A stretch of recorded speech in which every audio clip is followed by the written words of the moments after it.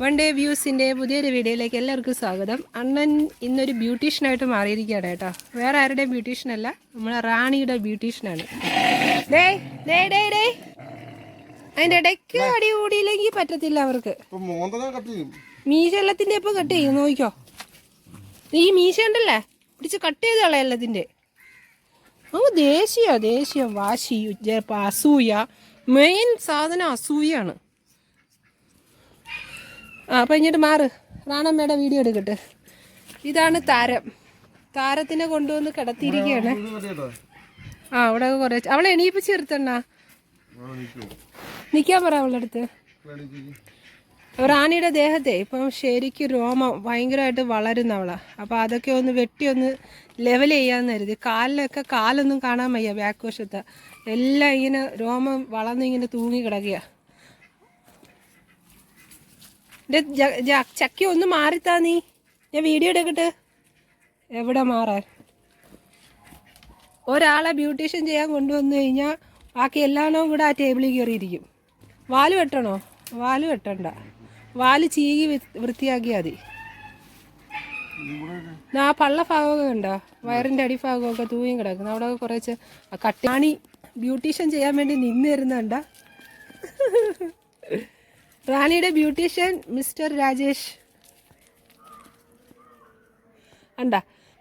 ആ സൈഡിൽ നിന്നപ്പോൾ വീഡിയോ എടുക്കാൻ പറ്റാത്തതുകൊണ്ട് ഞാൻ ഈ സൈഡിൽ വന്നു. അപ്പോഴത്തേതാ ഇവിടെ ഡേയ് ഇങ്ങനെ അസൂയ പാടുണ്ടോ പിള്ളേർക്ക്? വീഡിയോ എടുക്കാൻ സമ്മതിക്കത്തില്ല. റാണി നിന്ന് വരുന്നുണ്ടോ രോമം വെട്ടാനായിട്ട്? കേക്കോ അവളതാ മുതുഭാഗം കഴുത്തിൻ്റെ ഇവിടെ എല്ലായിടവും രോമം ഇല്ല, സിംഹക്കുട്ടിയുടെ കണക്ക് ആയിട്ടിരിക്കുക. കുറേ അങ്ങ് വെട്ടി ലെവലാക്കി അവൾക്കും ഒരു ആശ്വാസവും, കാണുമ്പോൾ നമുക്കും ഒരു സമാധാനവും. റാണമ്മ നിന്നെ മൊട്ടച്ചിയാക്കാൻ പോവുകയാണ്.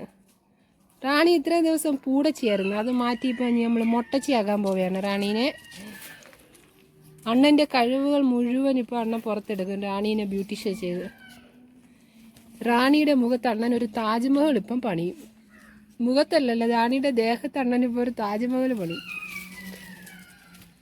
ഏതൊരു സിനിമയിലുള്ള ദിലീപ് പറയത്തില്ല അതാണത്.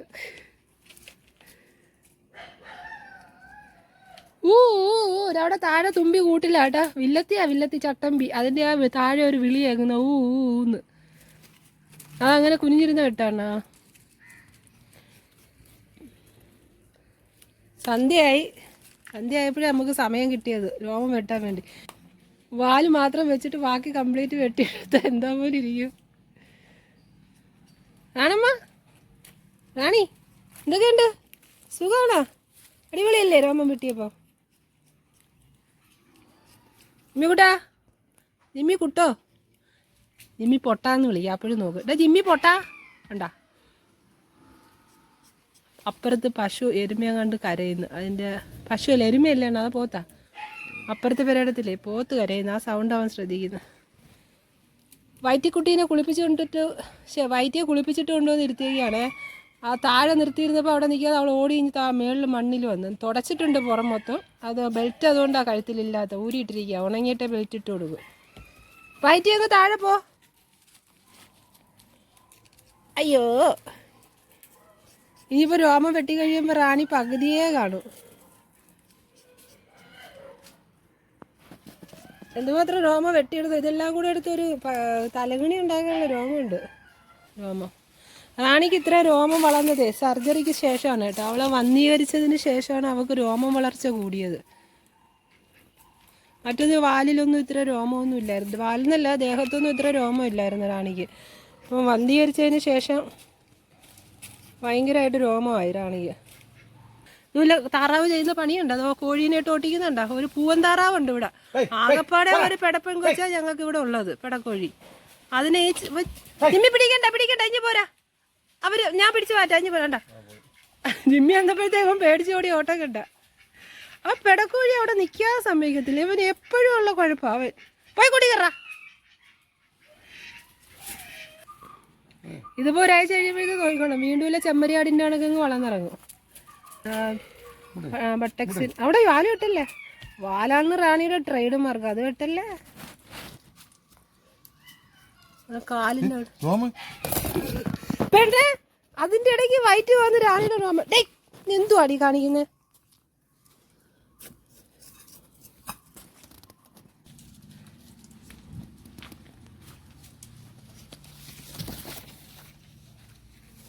റാണി ചുന്നരി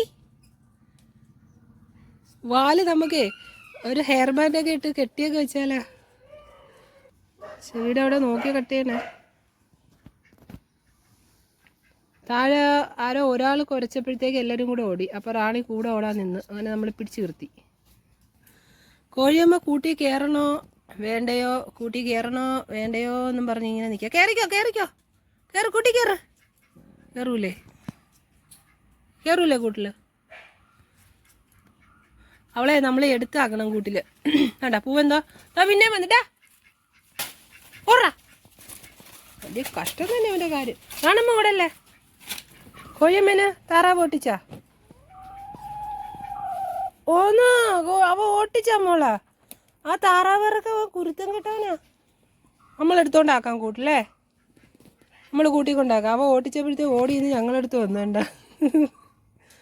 അപ്പോൾ ഒറ്റയ്ക്കേ ഉള്ളു. ഇനി ഒരു കൂട്ട് മേടിച്ച് കൊടുക്കണം. ഒരു പൂവൻ കൊയ്യ, ഒരു പെര കൊയ്യ, അരയിലൊക്കെ മേടിച്ച് കൂട്ടിനുണ്ട്. ഓ ഒന്നുകൂടെ പറഞ്ഞേ, സംസാരിക്കുകയൊക്കെ ചെയ്യും കേട്ടോ ആള്. എന്തായി ഇവിടെ ഒരു ഇതായാ?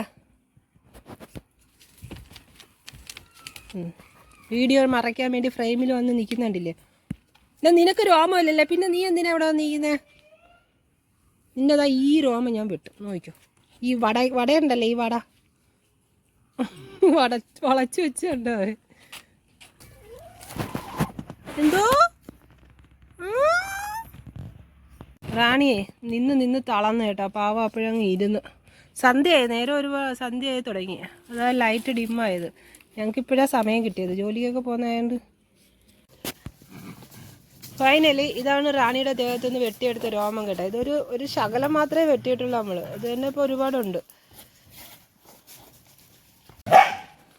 അപ്പോൾ മണിക്കുട്ടി റാണിയുടെ ഫൈനൽ ലുക്ക് കണ്ടേ. മുടിയൊക്കെ വെട്ടിയിട്ടുണ്ട്. എന്നിട്ടിപ്പോൾ ചീവിയൊക്കെ ഒതുക്കുവാണേ.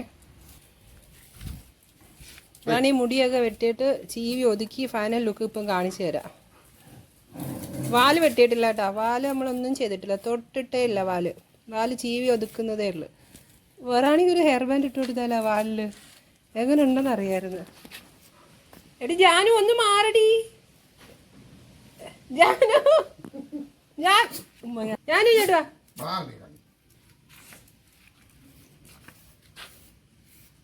നാളെ കുളിപ്പിക്കും.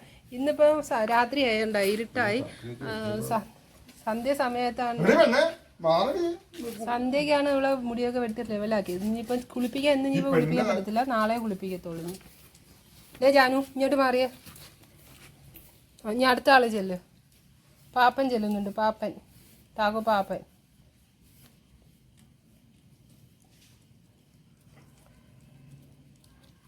പൂടിച്ച് പെണ്ണേ കിടന്നു കൊടുക്കുന്നുണ്ട്. മുടി വെട്ടാനായാലും മുടി ജീവാനായാലും അങ്ങ് കിടന്നങ്ങ് കൊടുക്കും കൊച്ച്. ഫോണത്തിനിടയ്ക്ക് പുട്ട് വെച്ചാൽ ഇപ്പൊ നോക്കിയോ നിന്നെ ഞാൻ. അവളെ നിന്ന് കിട്ടിയാലുണ്ടല്ലേ ജിമ്മി ആകപ്പാടെ ഒതുങ്ങുന്നത് റാണിയുടെ അടുത്താണ് കേട്ടാ. ഓ മതി അങ്ങോട്ട് എണീര്, ചീപ്പ് തീർന്ന സമയമില്ല. ഓ സൂചിച്ചാൻ കിടക്കുക. വാ എണീര്, വാ എണീര്. അവിടെ കേറില്ല, കേറ്.